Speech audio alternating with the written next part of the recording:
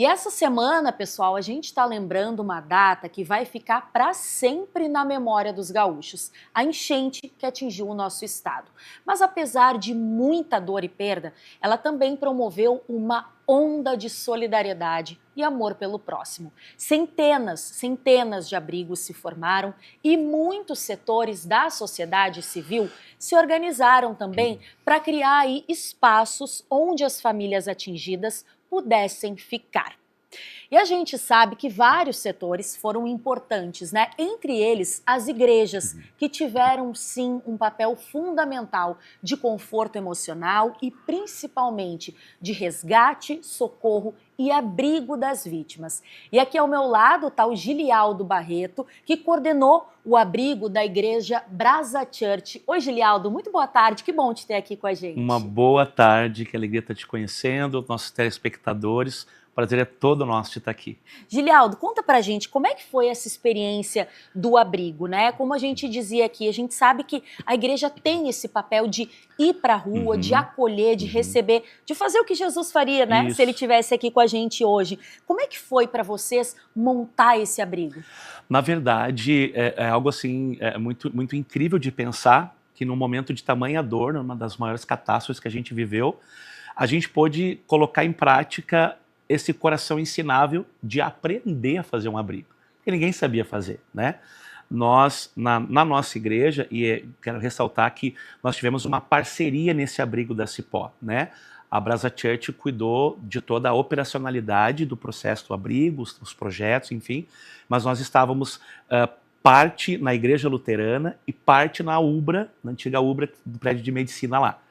Então, assim, é interessante que nós talvez nunca nos encontraríamos para construir aquele abrigo daquela forma. Então, a igreja já possuía um processo de voluntariado, nós já construímos a igreja com vários times que se organizam a cada domingo nos nossos trabalhos, nos próprios trabalhos assistenciais à comunidade, que nós já temos um braço social muito forte na nossa igreja também. Então, para nós, nos deixou muito feliz esse replicar do processo que a gente já vivia, mas agora de uma forma muito mais mergulhada, né, naquele momento de tamanho impacto. E não teve como, né? A gente se uniu entendendo o processo, compreendendo o propósito e entendendo que cada pessoa precisava ser atendida com amor, com intencionalidade. E graças a Deus deu tudo certo e a gente pôde atender as pessoas que chegaram até lá. Que legal. Tu lembra como é que foi? Agora já passou um ano, né? Então a gente consegue olhar para trás e respirar, como eu digo. Porque como você disse, todo mundo foi aprendendo no processo a fazer. Mas como é que foi o primeiro dia do abrigo de vocês lá? Tu lembra, Gili? Eu lembro, assim, foi assim, no dia 3 de maio, né? Interessante, o nosso pastor sênior da igreja, o pastor Maurício e sua esposa, com a equipe, estavam nos Estados Unidos, trabalhando em processos e projetos que nós estávamos vivendo, então eu não estava aqui. E um pastor da Igreja Brasa da Zona Norte, pastor Glavan, querido pastor, eles tiveram a iniciativa de começar um abrigo lá na igreja deles, lá na querida BZN, né? E eles começaram, e aí ele contatou nosso pastor, Maurício, para que nós tivéssemos parte dos nossos voluntários com eles. Então começamos ali naquela sexta-feira, muita chuva, muita gente, foi assim, era desesperador o processo, ao mesmo tempo constrangedor a solidariedade das pessoas, tanto em mantimentos, tanto em subsídios para que a gente pudesse cuidar das pessoas, né, como também o número de voluntários. Só que chegou um momento que não deu mais para atender ali. Então, no sábado de manhã, nós começamos a nos diluir em outros processos. Teve um grupo nosso que foi para o Gigantinho para receber voluntários lá, para poder atender as pessoas, e nós tivemos que sair rápido, porque a água começou a atingir o Gigantinho. E aí encontramos, então, esse ginásio ali da UBRA, que fazia divisão ali com a Igreja Luterana na Cipó, 450. E aí nasceu naquele sábado, dia 4 de maio, nós fomos lá, o ginásio estava completamente sujo, tinha bastante coisa, entulhos, juntamos os voluntários, meio-dia, nós soltamos, olha, conseguimos um lugar, todo mundo vai para lá, em fração de 20, 30 minutos, nós tínhamos mais de 80 voluntários, que foi só aumentando, limpamos tudo, e eu lembro como, assim, muito claro na minha mente, assim, aquela noite de sábado muito chuvosa, e as pessoas chegando, e tudo que elas tinham eram os seus corpos com roupas molhadas, alguns com alguns cães, trazendo, e de uma forma inevitável, tudo que elas teriam na vida naquele momento estava em cima de um colchão. E não te chamou a atenção a gratidão que muitas pessoas chegaram? Muito. Porque eu lembro das pessoas chegando nesses abrigos, e as imagens mostravam isso, felizes. Por quê? Porque elas não haviam perdido a vida. Isso. Quer dizer, elas já estavam muito gratas por estarem vivas, estarem com a sua família, com seus filhos, com seus bichinhos. E aí a gente vê que o essencial é a vida, é muito pouco. A gente precisa, na prática, de muito pouco também para viver, pouco. né? E era uma coisa incrível, porque assim, como eles estavam ali, eram várias pessoas que jamais se conectariam, tanto voluntários, né? E uma coisa que nos chama muito a atenção, que nós tínhamos muitos voluntários que perderam tudo e que entenderam, puxa, mas eu tenho a minha vida, eu posso estar aqui compartilhando, inclusive da minha dor e de como eu estou superando esse momento, servindo, né? Então essa expressão de uma generosidade extravagante, né? Que ultrapassou inclusive a própria crise que cada uma das famílias estavam vivendo, mas a gente pôde perceber assim, o coração e como elas se abriam para receber esse amor, para receber esse encorajamento diante do momento difícil que a gente tentava sempre o tempo todo dizer, olha, isso vai passar. Né? O importante é que a gente não retroceda diante desse momento tão difícil. Teve alguma história, Gilialdo, que mais te chamou a atenção de uma família, de uma mãe, de um pai? Uma história assim que tu ainda lembra de forma muito nítida hoje? Olha, eu costumo dizer que eu choro até em inauguração de farmácia, então eu vou me segurar aqui. Mas eu tenho uma história, de tantas que tivemos, uma história que marcou muito o meu coração. Nós mobilizamos todo um processo realmente para auxiliar o próprio Estado, né? Além das 200 famílias que nós abrigamos, nós atendíamos cerca de 1.350 famílias que estavam fora, porque nossa, muita gente. Como nós estávamos, isso diariamente, então a gente tinha todo o nosso o depósito com as coisas, então a gente atendia a comunidade externa, o próprio abrigo, e Deus nos deu a oportunidade de a gente poder impactar mais de 3.500 casas, né? Reconstruindo diretamente essas casas, ou trazendo para eles eletrodomésticos, móveis, enfim, para poder impactar, além das limpezas que semanalmente nós, depois que as águas baixaram, a gente mandava equipes todas as semanas para limpar essas casas. E nesse processo de realocação das famílias, porque a gente entendia assim que o nosso trabalho só estaria finalizado quando essas famílias estiverem nas suas casas.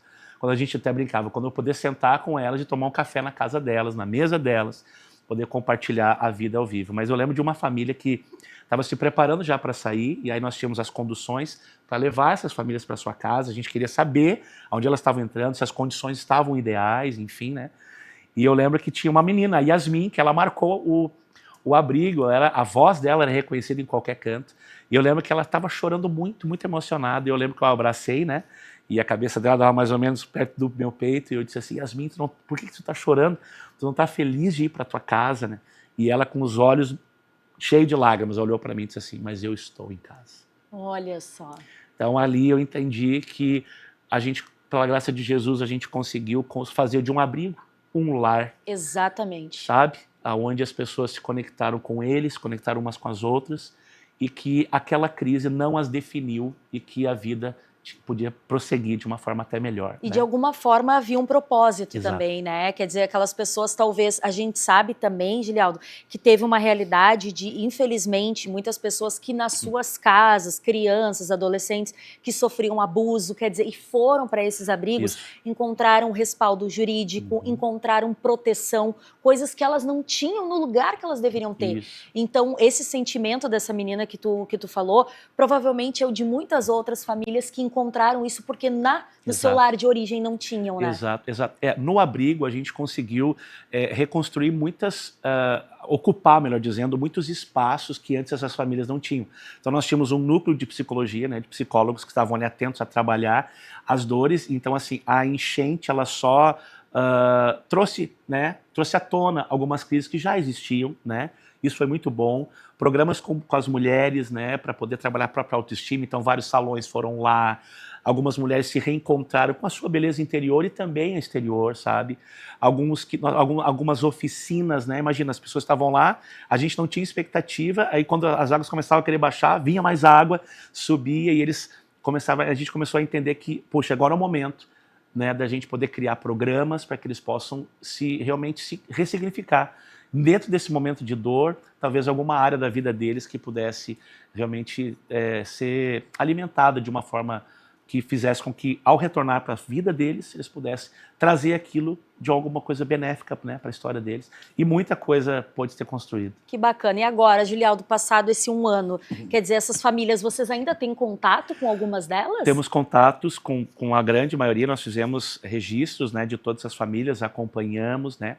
A BZN, inclusive, é muito querido assim, nasceu desse processo um instituto deles de atendimento a famílias em vulnerabilidade, né? Então, nós como igreja também mantemos o nosso núcleo de apoio psicológico a essas famílias, continuamos ainda reconstruindo algumas casas, né?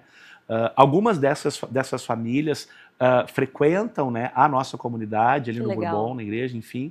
Então, assim, a gente consegue ainda ter contato com algumas, ou pelo menos saber como é que está evoluindo a vida, as crianças, enfim. Dever cumprido dever também, cumprido. né? A gente olha para trás, acho que fica uma marca, uma cicatriz de tudo que aconteceu, mas também, como você falou, essa oportunidade de levar amor para as pessoas, que isso não tem dinheiro que pague, né? Não tem preço, e assim, foi uma catástrofe, foi uma tristeza, né?